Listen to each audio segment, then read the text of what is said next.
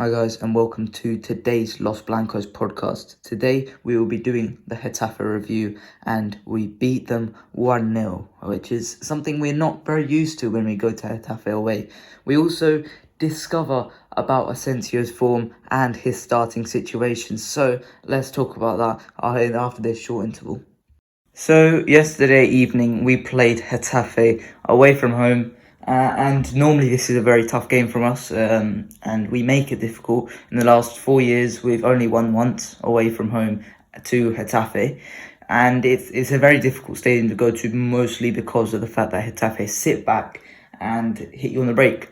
Now, when we talk about Getafe, they've obviously got some very, very good attackers, but in the end, we won 1-0, and it was a bit of a ball fest. But we did get the win. We got the 3 points. We got the clean sheet for the first time this season. Overall, it wasn't a lovely game. It wasn't a beautiful game to watch where everyone played fantastic. It wasn't a fantastic attacking performance.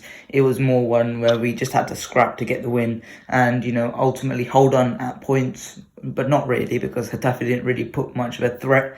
And in the end, it was a 1-0 win, and we did... it was closer than it should have been, because Getafe didn't really attack that much. But in the end, I think we'll take the 3 points and the clean sheet and move on to Shakhtar when we go to Poland midweek. So let's talk about this game, shall we? And let's start with the defence, which is where we ultimately won the game here. And I think we'll start with Militao and Rudiger. This is a duo that we haven't used much this season. And ultimately, I think I wanted to see them try it. And I think today it was the most solid the duo that it has been. I think it was more solid than Rudiger and Alaba. I think it was more solid than Alaba and Militao so far this season, and so I would like to see it tried and tested more often. Where I thought this really came, well, it was because we didn't allow any gaps to be exploited, as in where we would see normally Alaba and Militao get those gaps exploited. With these two aggressive type defenders, we didn't see those gaps against Getafe, and although Getafe aren't exactly the best sample point for those attacks, because they don't really exploit that very well, it was convincing to see that there wasn't much space for Getafe to attack. There wasn't much space for Getafe to really get into awkward positions for our defence. So what do you make of the Rudiger and Militao duo in defence? Yeah, I did miss a clean sheet, and before I get into that, I'll give you a funny stat. Not a funny stat, but this was our first clean sheet in the league, and which is a bit weird because we had 3 clean sheets out of 4 in the European competitions this season. If you go back to the UEFA Super Cup and then the first 2 Champions League matches, we had 3 clean sheets, and we can see it against Shakhtar. So 3 out of 4 matches we had a clean sheet in the Champions League. So I think that maybe the team were maybe a bit more off it in the Champions League. I'm not too sure if they're a bit lackadaisical in the league, because the goals that we have been conceding in the league this season, it's been weird goals. Sometimes goals that are so preventable, just by maybe one individual defense that could have been made. So this one is a clean sheet that Militao wanted to achieved. We always wanted Rudiger to be back into the team to play plenty matches. I think the positive is that he is included in the team. He is not like I don't think he's a bench player, but I don't think he's in the first 11 at this time. I think he's playing a lot of matches, which is what I think is fair to the defense that won us the competitions last year. I do believe that he is doing really well whenever he's called upon. Today, I think he and Militao, they are two natural centre backs. Let's start with that. I think Alaba, he wants to play centre back due to the fact that he wants to have the ball on his feet a bit more. I think we are better when Alaba is a centre back if we are playing in a possession style. However, if teams are hitting us on the counter attack, I think Rudiger and Militao maybe might be the best pair for us, with Alaba playing at left back. Or Mendy playing at left back. But however, I think Alaba is undroppable in my opinion, due to what he does on on the ball in possession. But I think when we are playing against counter attacks, so if teams are singing in high balls, I think Rudiger and Militao had a deal further. I know Ancelotti did say that in one of his conferences earlier this season. I'm not too sure which game it was, but he did mention that the teams they were playing with plenty long balls and curses, and they needed a heightened centre back. So that's why he went for Militao and Tony.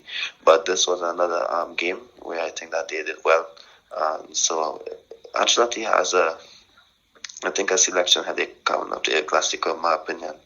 And I think that Rudiger maybe has to start. But I think he might just be loyal to the defense again that won him the Champions League. Yeah, and sometimes that loyalty is obviously good to have. You know, we don't want to just see some players be given the starting lineup, but we also need to see a little bit more of this shaken up in some matches. What I do like, if you caught Rudiger's press conference after the match, where he didn't really seem too flustered about not playing too many games. Ultimately, not starting too many games, I should say, because he has normally come on for most of the games. But I think he doesn't look too flustered. He understands the situation that we're in, which is that we need to rotate pretty much every match because of the fact that this is the most intense month of the year. I believe it's 8 games or 9 games in October. And obviously beyond that we've got the World Cup in November, so ultimately he understands why we need to rotate, why he can't play every match, and I think that's good to have.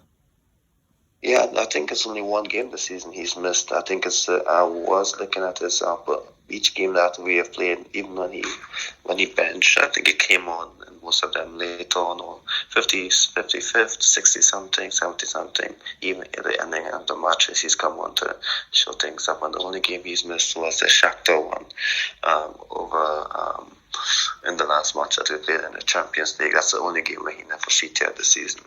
So he has been featuring Ancelotti knows he's important. So I think because he's always involved, he knows that he's important. It's not like it's a centre back where he's just on the bench, never gets to play. Whenever he's on the bench, he still has the opportunity to play. So that's also a positive for him. Yeah, so let's move on to another positive within this game, and that was the attack, the fluid attack, I should say, and the chance creation. This also links into the Shakhtar game we played midweek last week, obviously, and we'll talk about that as well. And the fact is that with an attack of, let's say, Vinicius Junior, Benzema, Rodrigo, and Valverde in the middle, it looks very, very fluid because you've got 3 players in the front 3 who want to drift to the left naturally. Benzema who wants to come deep, Vini who wants to invert left or right wherever he wants to go, and then you've got Valverde who will dribble to the right, drive through to the right. You see this fluid movements that are so fantastic to see.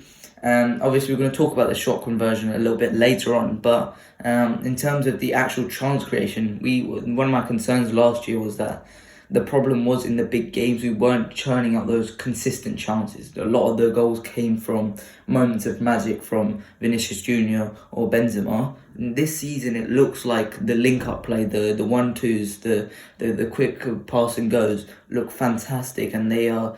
It's really, really working for this team. So, what are your thoughts about not only this game but the Shakhtar game, where you've seen the fluid movements and them being so natural to us? Yeah, not just in this game. I think we have seen the fluid passing, the movement. I think in many of the earlier games this season, and it's happened so much that I've lost count. And the game's happening so quickly that I've been losing count of which game it was. But there was this game where I think it's earlier this season.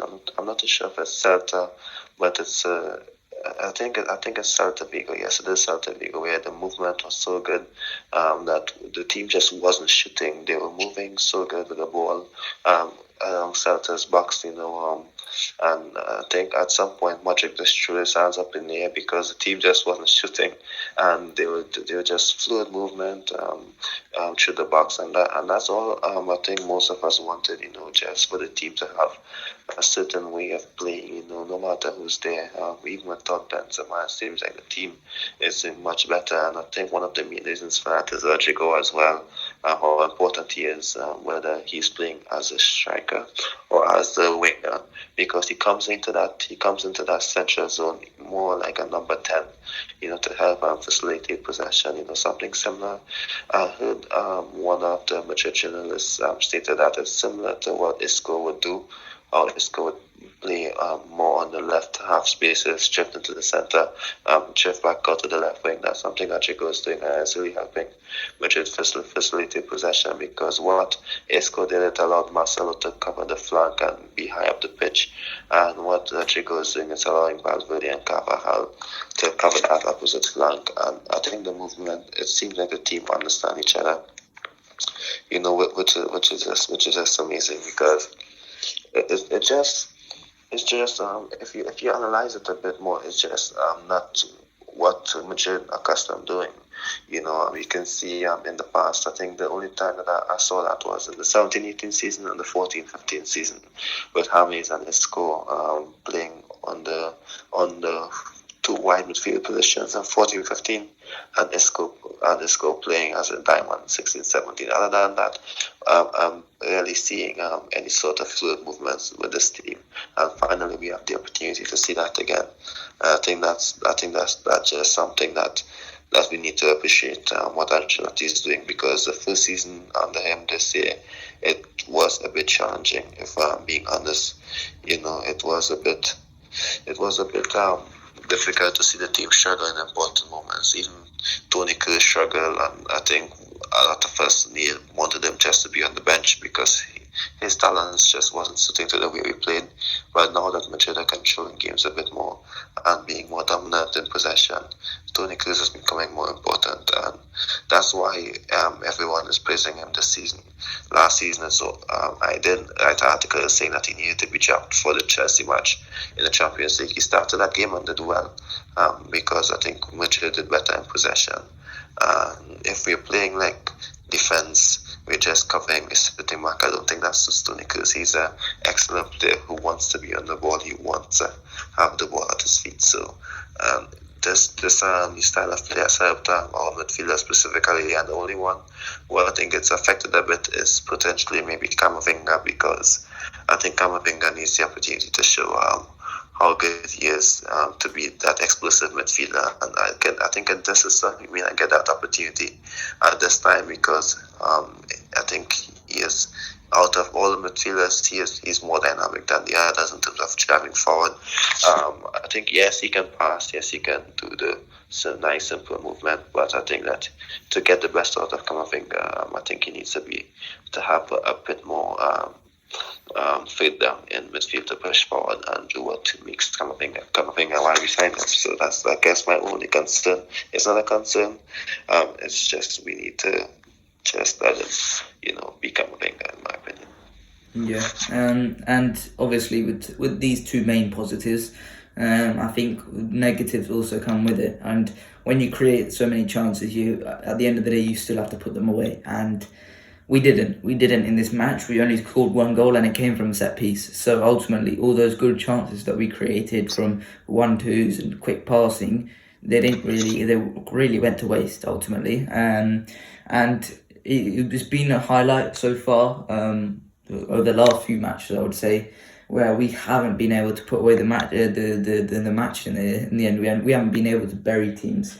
I've seen this ever since probably Ronaldo left. We haven't really had the ability to consistently bury teams. Obviously, we've done that once in a while, or quite often. But ultimately, in this game, this should have been a game where we were winning 1-2 or 3-0, and we haven't been able to do that. Look back midweek against Shakhtar, we should have absolutely destroyed Shakhtar. I thought when we went 2-0 up, I thought, yeah, that's going to be us. That's going to be us winning 4 or 5-0 in that match. In the end, we stuck to the 2-1, and it was really, really edgy. Ultimately, I'm not too concerned about the conversion, because we are creating the chances. Eventually, they will go in. It's not a case of, well, am I really questioning Benzema's finishing ability? Am I really going to question Vinicius's finishing ability. I'm not really going to question Rodrigo. Not all three of them are not just going to lost that finishing ability. So, in my opinion, I don't think that's too much of a concern. But for now, if I think we've got to be wary of what could happen, because we are not putting away the chances right now. Eventually, I do think that what's going to happen is we're going to put away one team, and then suddenly all the goals come flowing through at the same time, because we are creating a heck ton of chances. But right here, right now, we are not creating. We are creating the chances, but we are not sticking them away prolifically, and I think that could be a problem when we play against Barcelona, where they will create the chances, they will also put away the chances. So hopefully midweek against Shakhtar, that's where we can start to score some goals and really get our form together just before El Clasico. So I would like to hear your thoughts on the finishing problem we currently have. Yeah, I think I wouldn't go back to when you said post Ronaldo. I think when it was post Cristiano, I think Benzema was the only lethal, what's the word, lethal, confident, and of course consistent forward that we had. Vinicius and Chico showed a lot of bright sparks at the start, but they were never that consistent. Hazard and Bale weren't fit enough to. Or in a sense, he had injuries as well, weren't fit or consistent enough to keep that goal scoring up even when they did score a goal. So I think it was just Benzema. I think last year Vinicius joined him at the start of the season. Then Chico joined him at the end of the season. So we saw Benzema, Vinicius, and Chico started to fire at the end of the season all together as a trio. Well, not as a trio, but individually they started to fire, and you can see that they were doing so well together.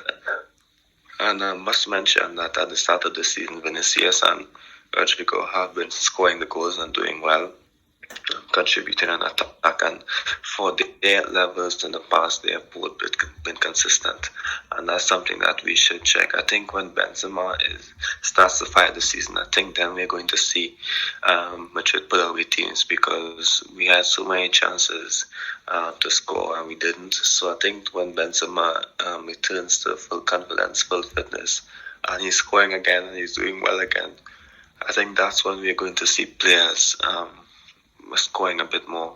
Benzema, Vinicius, Sergio, when they're all in form, I think then we're going to start putting away teams more, because we have been getting goals from consistently from Valverde, Vinicius, and Sergio. I think it's Valverde, Vinicius. I think they had a trio. I think they are seventh in top 5 leagues. I think for goals this season as a trio, and we're just waiting for Benzema to fire. I think they both have 4 forwards at least that they have. I think 4 for Valverde and Rodrigo, and 7 for Vinicius.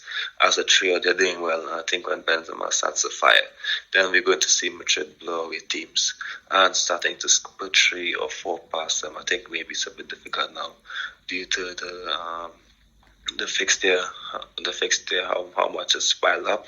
So it's maybe a bit difficult to consistently give 100%. So that's maybe something that we should consider at this time. The 2 main points I would say is that we can't give 100% due to the fixture stack up, and also now with Benzema not being at his best at the season. He's not been bad. He's been doing okay. Had this been like, if let's just say Hazard performs how Benzema is doing now, we'd be like, oh, Hazard is so amazing, or Asensio is so amazing, which they are. But Benzema's level is just normal compared to what he did last season, and I do expect him to start to fire. But I think it's going to be step by step due to how heavy the fixture list is at this time. And I do hope that it all comes together at the Clasico. If it's one match where we deserve to win by a lot, is against Barcelona. So I hope that it comes together against them.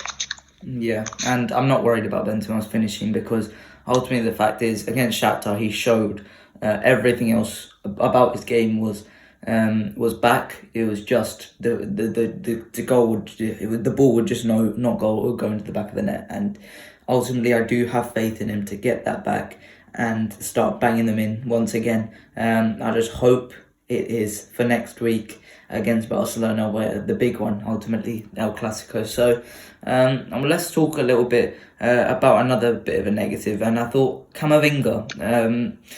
I think it wasn't a total negative because I thought his relationship with Tchouaméni in this game was quite good. It was building up quite well. However, in the final third, it just wasn't working for him, in my opinion. I think it was just not. It wasn't a Camavinga performance, and I've been thinking this season as a whole from Camavinga hasn't been at the level of last year. Obviously, I haven't given youngsters time in the past with Vinicius Junior, and I do regret doing that now. So I am going to give Camavinga a chance, but it's a little bit of a worry for what we've seen so far this season with Camavinga. I've got faith in him to return, but so far this season it hasn't been fantastic from Camavinga, and especially from what we saw in pre-season, which was really, really positive. I think so far what we've seen, it's been a little bit. I think what we've seen is it been a little bit of a lack of commitment within the game, a little bit of just not for giving his 100% within the game. I think that's been a bit of a problem. We saw during international duty, Didier Deschamps absolutely ripped into him in the press conference for not playing great during the French national team duty. And I saw where he came from for France ultimately, and it suddenly just looks like it's just not working for Camavinga right now. I don't know how he could solve this. Obviously, he needs to give that little bit more, and you can see his commitment in some of these 50-50 challenges where he'd absolutely clattered into the opponent last year. He isn't doing the same this year, so I would like to hear your thoughts about Camavinga in this game and in this season as a whole so far. Yeah, like I said earlier, I think that he needs a bit more freedom to move forward and be a bit more dynamic. Yes, he had some opportunities to move forward, but it's not on a consistent basis. A lot of times he's been playing a bit too deep, which is his position in a way. However, I think that he doesn't have the same, let's just say, responsibility and freedom like he did in the past with his former club. I do believe that it's understandable why he's struggling. The team is playing a certain way. It's difficult to switch that up for one player. But I think that it's a bit difficult for him. He's not getting consistent minutes in his best role, in my opinion, and I think that's hindering him a bit. And I think Deschamps also didn't use him correctly. Like when he featured, I can't remember who they played. I think it's Switzerland. It's slipping my mind, but I'm not too sure who they was played either against. Denmark or Austria, I think. Okay, I think it was Denmark. Yeah. Because I think Austria played Croatia that same day. But I think that when Camavinga, yes, he should have done better and took his opportunity, because I think that was a moment for maybe Camavinga to, play really well and be selected for the national team, because Kante is injured, Pogba is injured. This was the opportunity to stake his claim. I think that he may not make it to the World Cup. He did say that he did lose a bit of points in these champs. I think that with Madrid now, he has to perform well, to show that he still has the confidence after a bit of a difficult month. So that's definitely not a conversation that I would like to see getting into, like, let's just say Marca or AS, because it's not that he's doing poorly, it's just like he's not doing how he did when he comes off the bench in the Champions League on last season, when the game's opening up a bit. So I think this season the game isn't opening up as much for him to have the responsibility to play. Which isn't a bad thing for Madrid, because, like I said, we're controlling matches, we are doing well in chance creation. So I just know that we need him to be a bit more consistent, despite where he's playing and what's expected of him, because that's where you get the opportunities. So I'm not concerned by it, but I really want him to do well, just to avoid any sort of talk or any pressure on him. Tchouaméni is doing well. All the pressures on Tchouaméni at the start of the season. I think that's quickly maybe shifting to Camavinga as well.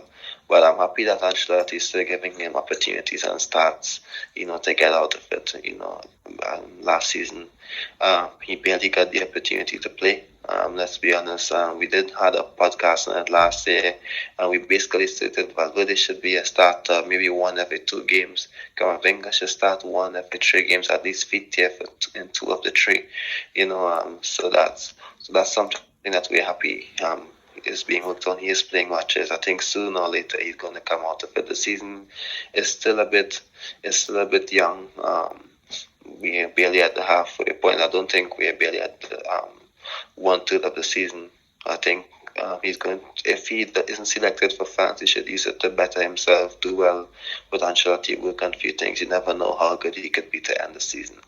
I think if I'm not saying I want the French national team to do poor. However, I think under another coach, I think guys like Camavinga may be selected over aging Kante or inconsistent Pogba, which doesn't mean they're bad players, but it just means that maybe they might just be looking in another direction. So if the national team maybe does a bit poor, I'm not too sure. I think if Deschamps may continue, I'm not too sure how many goodwill he has following the World Cup win and the Nations League win. So, however, the important thing for Camavinga is that he is starting games, and sooner or later I expect him to turn things back to how it was. Yeah, 100%. And we've seen Camavinga have this bit of inconsistency before. Remember that month? I can't remember what month it was where he played poorly in one match. I think it was against Athletic Club, and then he got benched against Athletic Club, and he continued to be benched for 3 or 4 matches where he didn't come on, and we sort of seen him come through that. So I have full faith in Camavinga to get through this bad patch and come out the other side as one of the most talented young players, like he was viewed at like just a couple of weeks ago. So I've got 100% faith in Camavinga. But let's talk about one player, and we wanted to do this as a subsection, but we've decided to add this into the review because he did come on towards the end, and that's Marco Asensio. Next season, obviously, Marco Asensio is probably going to leave. That's what it looks like, because of the fact that he isn't really involved with Real Madrid at the moment, and I think that's the best way to put it. He hasn't started a game for Real Madrid this season. He has started for Spain, surprisingly, which I didn't think Luis Enrique would do, but Luis Enrique seemingly likes Marco Asensio, and it just seems like it's just going to come to an end slowly, but a bit painfully. I think it's just not working for Marco Asensio at Real Madrid currently, and I do feel Marco Asensio's frustrations because last season, ultimately, a lot of Marco Asensio's goals helped us through that year because we saw him score a long shot or really impact the game where we ultimately wouldn't have won the game otherwise. I think it was against Alaves or Granada where he scored that long range shot and it ended up 1-0, and it was those games that ultimately got us through that season. So I do feel a bit sorry for him because he did have his best return last year, but ultimately there were so many games where he went missing. And when we see what Rodrigo is doing now, we can see his relationship with the other two, it just feels like Asensio just can't do that, and ultimately it's going to come to an end with Asensio not doing much. So do you think that Asensio does deserve more minutes? Because ultimately, I thought he was going to start this game against Getafe. I thought he was going to play this game, but ultimately, he got benched once again, came on later on in the match, and I do feel like, although he isn't exactly the best player, he shouldn't be a guaranteed starter. I think he should ultimately play more matches than he is right now. So, what are your thoughts on Asensio's starting situation right now? Yeah, I think he should play more minutes than he's playing now. I think that he hasn't been poor this season when he's playing. I just think that the other players who is performing right now has been a bit more consistent this season and towards the end of last season. So it's understandable that that he may jump off in the second order. Ancelotti did say that there would be a bit more rotations in the Shakhtar game, because we have won 3 of the first 3 matches in the Champions League. So maybe he might get the opportunity then to start. So I'm looking forward to seeing him get more minutes. And I do believe that he deserves more. He has been our second or third best goal scorer last year, but he wasn't consistent for the big matches, which of course is damage his credibility coming down to the end of the season. Because after a good game on last year, we would speak in the podcast and we would always say, yeah, he's doing well. He's doing really well. But next game, we need to see more from Asensio. He needs to be a bit more involved. Sometimes it feels like we're playing with 10 men when he's there. Then he goes on to score, and then it's all good again. I think that's happening a bit more even before last season. But I think last season is when the fans became a bit more frustrated with it because it happened in the important matches, which was a bit concerning. So I think now we just need to look in the past a bit, and maybe just try to understand. I may try to understand from, let's just say, um, the fans' perspective. I think Asensio doesn't maybe see it like that. I think he knows that he did well last season. Maybe he deserves to play, but I just think that the fans know they've been seeing this for a while. So we really need to get him back involved again because he can be an important piece. Even if he leaves, maybe just to end the season, he can be an important piece for us and do so well. And I'm looking forward to seeing Asensio contribute in the season. Maybe if he has 5 goals and 5 assists and goal contributions, I think it's a successful season considering his status within the team at this time. So I do believe he can hit that target, especially in the cup run. If he games, he can be a leader in the cup in those matches where the game is heavily rotated. He can be one of those guys to take on the attacking rhythm and maybe fight for moments in the league that way. But I do hope that he plays in the World Cup. It's going to do him good. It's going to do Madrid good. It's a win-win for everyone if he goes at the World Cup because trust me, he will not be happy if he isn't at the World Cup when he comes back. And I think one of the positives is that NK likes him a lot. There are certain players that the coach likes, no matter if they're playing much, not just because they would fit into the style of play. And I think that Asensio, I think if he's on form, he's better than Dani Olmo, Torres, not Fernando, the Barcelona one. Of course, some of the other wingers like Oyarzabal that Spain has. I think on form, if he is doing well on his best game, the best position of Asensio is better than most of these guys, in my opinion. Well, that's my humble opinion. So let's see what happens. Yeah, and just to finish up on Asensio, for Spain we saw him play as a false nine, and that's what Spain like to do because ultimately the only nine that they have is basically like a false nine at times, Alvaro Morata. So ultimately as Marco Asensio is playing that role, and he was pretty good for Spain. He had the assist for Jordi Alba's goal. I can't remember who it was. I think it was against Czech Republic. And Asensio basically just got the ball from deep and wriggled through quite a number of players, which we didn't see him do much last season, which was take on his man. And if he is to do that, if we are to give him some more minutes, I would like to see him take his man on more times. I would like him to try and find a few more passes, try to take more risks in the final third instead of just passing sideways or taking a long shot. And ultimately, those are the two things that Asensio loves to do. So ultimately, if we are to play against Shakhtar midweek, I would like to see that. I would like to see a front three of Vinicius Junior, Karim Benzema and Marco Asensio, ultimately what we did last year, and see if Asensio is an option going forward, to see if maybe he has improved on his all-round game rather than just be another goal-scoring option. So would you play him against Shakhtar, just to see what sort of condition he is in, what sort of player he is this season? Yeah, I would like to give him some minutes. I'm not too sure if I'm giving him minutes from the start. If I was Ancelotti, maybe we stick to the Vinicius Benzema Chico or Vinicius Benzema Valverde before the Barcelona match. I think that we we might be saying Vinicius needs to get some time off. Valverde needs to get some time off. I'm not a doctor, and I don't know what's going on behind closed doors. I'm not in their body to see how they feel. I'm not a Madrid doctor, so for me, I'd like to see Asensio get minutes and give these guys some rest. You never know what can happen.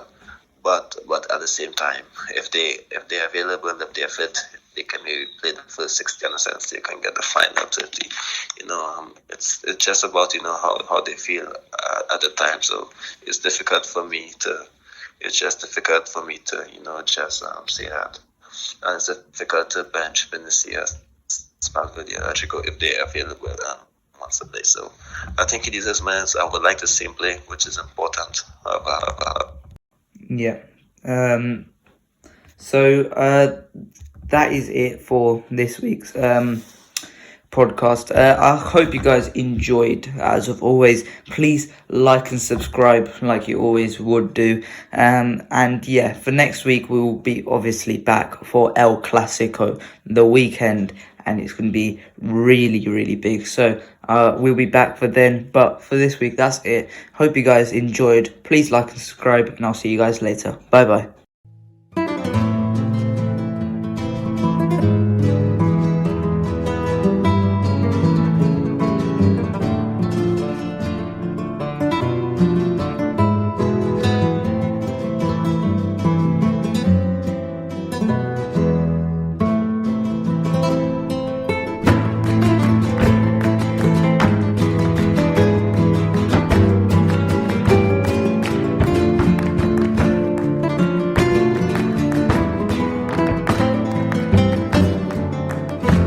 Thank you.